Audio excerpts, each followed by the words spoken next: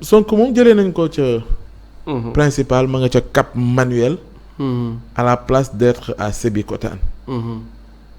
waaw. waaw c'est vrai loolu kiiwu la. non en fait waaw non xam nga administration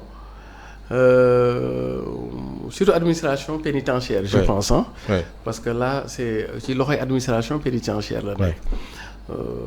mu nekk benn externalité ci ministère de la justice waaw ñoom dafa am ay procédures yoo xam ni ñoom noonu la ñuy fonctionner est-ce que comprendre nga c'est tout à fait normal dans l'administration judiciaire qu'un détenu ñu jëlee ko d'une prison yóbbu ko à une autre prison détenu ñu jëlee ko sax prison yóbbu ko l'hôpital et cetera kon donc loolu ñoom seeni procédure la. oui mais day am raison. waaw ko fa jëlee xanaa voilà très bien dafay am raison. xam nga comme Ousmane Sonko dañ ñi dafa tawat. moi j'ai confiance du rek administration pénitentiaire moo koy xool mais médecine aussi dañ koy xool ministère de la santé. Je salue au passage le niveau de professionnalisme disons de l'administration sénégalaise dans son ensemble. On a des hommes de valeur des hommes de qualité et qui savent bien leur métier et qui savent bien même si des fois ils peuvent être sous la dictée et la contrainte du politique mais c'est des gens qui maîtrisent les fonctionnaires au Sénégal mais pas seulement les fonctionnaires les agents de l'État les contractuels etc. Pour l'essentiel ceux qui servent l'administration publique savent leurs responsabilités et savent leur métier donc moi je ne doute pas à aucun instant que s'il y a un transfèrement de Ousmane Sonko d'un lieu à un autre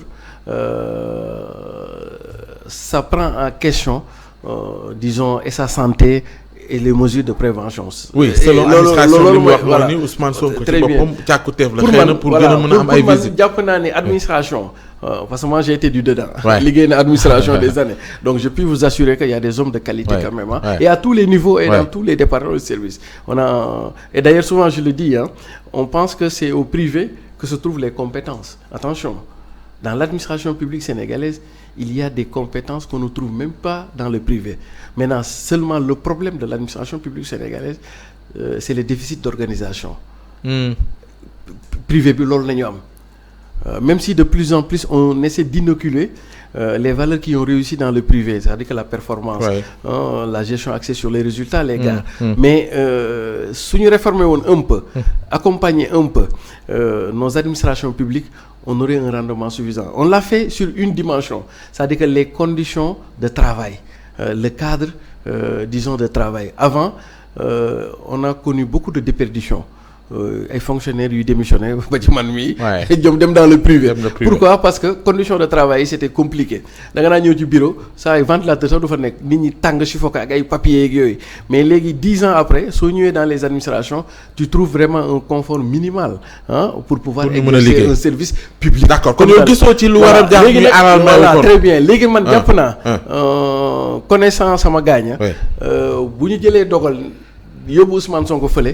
jàpp naa ne peut-être dafa di li gën pour Ousmane Sonko. li gën. maintenant du tee nag ab analyse dina ma dugg.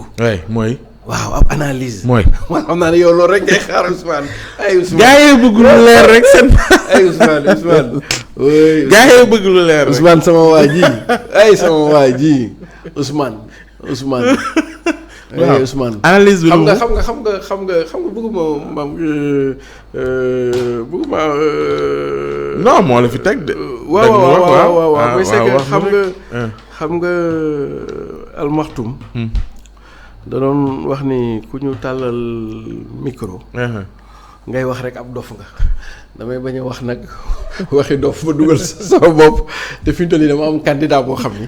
dama ko war a taxaw mu dem jàkkaarloo Ousmane Sonko jéem koo galgal wala mu tequm biir wala mu wër ko ndomba fan yii yëpp ci loolu lay nekk xam nga. d'accord mais ñàkkul it wax. waaw non seulement pour leeral rek. voilà pour nit ñi mën a xam non seulement maa ngi koy entraîner physiquement di ko entraîner tactiquement mais taata gi ne ay gàllaaj laa fa demoon wuti pour moom ay lu mu sangoog lu mu diwoo xam nga pour sama mbër bi léegi nag Ousmane damay bañ sonn ci sama mbër mi.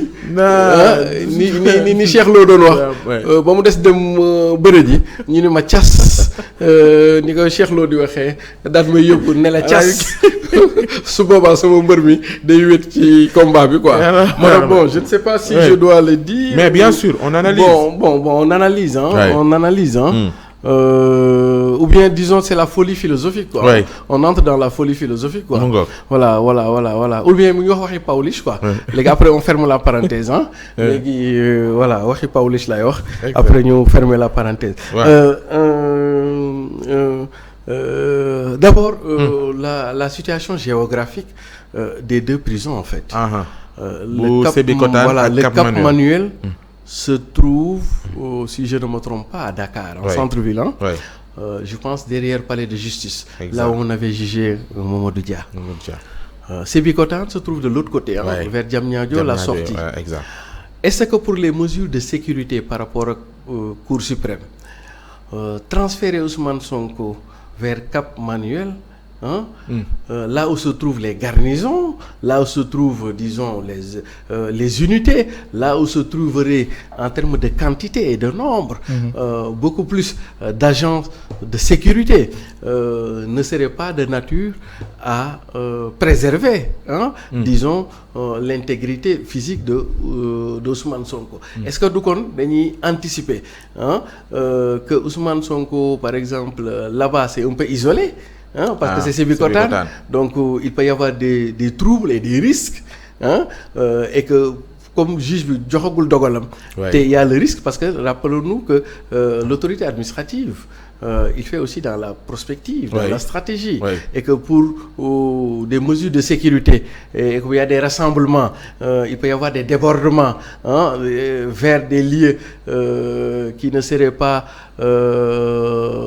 totalement disons en sécurité maximale, et qu'il était préférable de l'amener vers Dakar parce que Dakar déjà on a le camp Dial Diop, à Dakar on a la caserne de Samba Diéry Diallo, à Dakar on a police 4e, à Dakar donc les unités et la sécurité, l'épicentre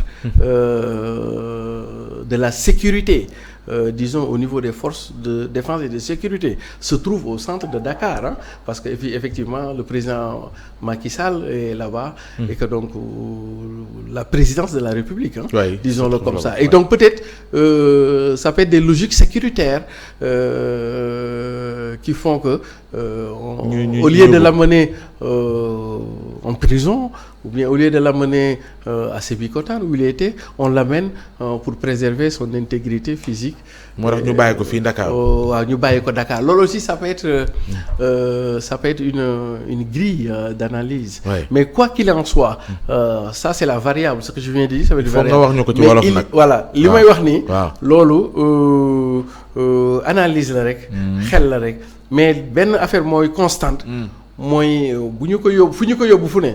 waa administration sénégalaise, ministère de la justice ak ministère de la santé, jàpp naa jusqu'à preuve du contraire. C'est parce que foofu gën ci moom moo tax ñu yóbbu ko fa. Peut-être kon y a pas. Non, y a pas de péril, je ne pense pas. Je ne pense pas. Mais en tout cas le plus important que na gars yi génn. Mais d'abord est-ce que préfet yi l'autoriser nañu manifestation ba fii de déggaguñ ko. waaye préfet yi doog a ñëw waaw xam nga fan yi amoon na fi mouvement bu bari. waaw kon yéen préfet yi doog a ñëw. bu Ndakaaru moom soppi nañ ko. waaw préfet yi surtout yi doog a ñëw ci département yëpp. boo moytul bii moo nar a nekk seen premier acte. waaye dans la symbolique kii leen ko waay. nangu leen ko waay parce que mooy li may wax rek. Gis nga mbër bu toogee li yàgg bëriwul. yaram bi day xasan, te bu yaram bi bu xasanee xam nga nan lay def. day bàyyi ba dimanche làmb am.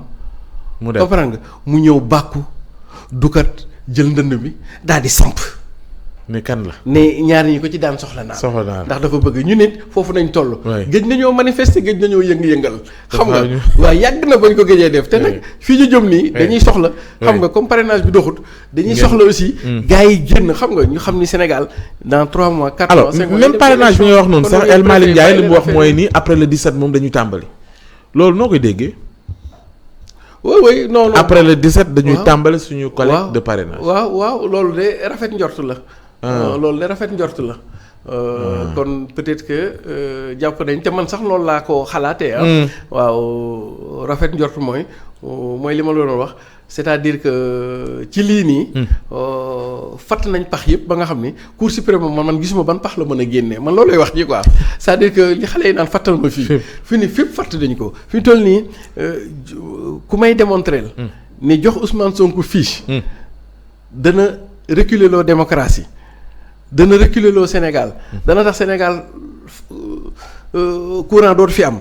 wala Sénégal njëkk yi day gën a cher. wala Sénégal kenn dootul dem kenn dootul dikk. wala àdduna day tukki man daal loolu ku ci génnee dogal. ba motiver ko. waaw ba yey ma xam ni ponkal nga. c'est-à-dire que gisuma à l'état actuel joxe këyit. joxe këyit. lan la war a mën a bloquer Sénégal est-ce que comprendre nga. oui étant entendu que comme li ma la wax nii Cour suprême attewul na ko gars yi bàyyi xel Cour suprême attewul de. dafay apprécier. waaw day apprécier. d'accord alors day apprécier. leneen li mooy pendant ce temps ñu koy xaar ci le 17 bi ñu ci sóobu pour xam fan lay mujj. beneen débat la ñu agité ci penc mi et d'ailleurs la dernière fois bi ñu ci doon échanger am na loo ci jukki woon. la question du report. mais muy gën a yaatu Boubacar Camara moo nekk artisan bi moom wax na yemul rek ci ne report consensuel waaye dafa ne di ci liggéey ci buñ demoon ba ci sóobu naka lañ ci sóobu démb sax bi ñu koy dalal gënoon na ko gën a expliquer. ci camp majorité bi également ñu dégg ay Souleymane Jules Diop ñu gis ay lettres ouvertes bu bàyyi ko ci Abdoulaye Bibi Baldé yëpp jëm yii ci wane insuffisance xëy na bu ñu ko mënee tuddee noonu ci Amadou Ba seen candidat. yooyu yëpp suñ koy agité fi ñu ci toll est-ce que laaj bi mooy nekkuñu di am lu ñuy waajal wala am luy dox ci suuf lu nit ñi xamut te xamuñu fan la ñuy yóbbu boo ko lié également ak ki li am nii est-ce que jàppoo ni xam luy jouer ci suuf ci terrain bu ñu xamul te ñoom acteurs yi xëy na xam na lu mu. waaw xam nga wax ji de. tàmbaliwul fii. waaw tàmbaliwul ci Boubacar Camara de. ci wane insuffisance xëy na buñ ko. ponkal nga. aha c'est-à-dire que gisuma à l'état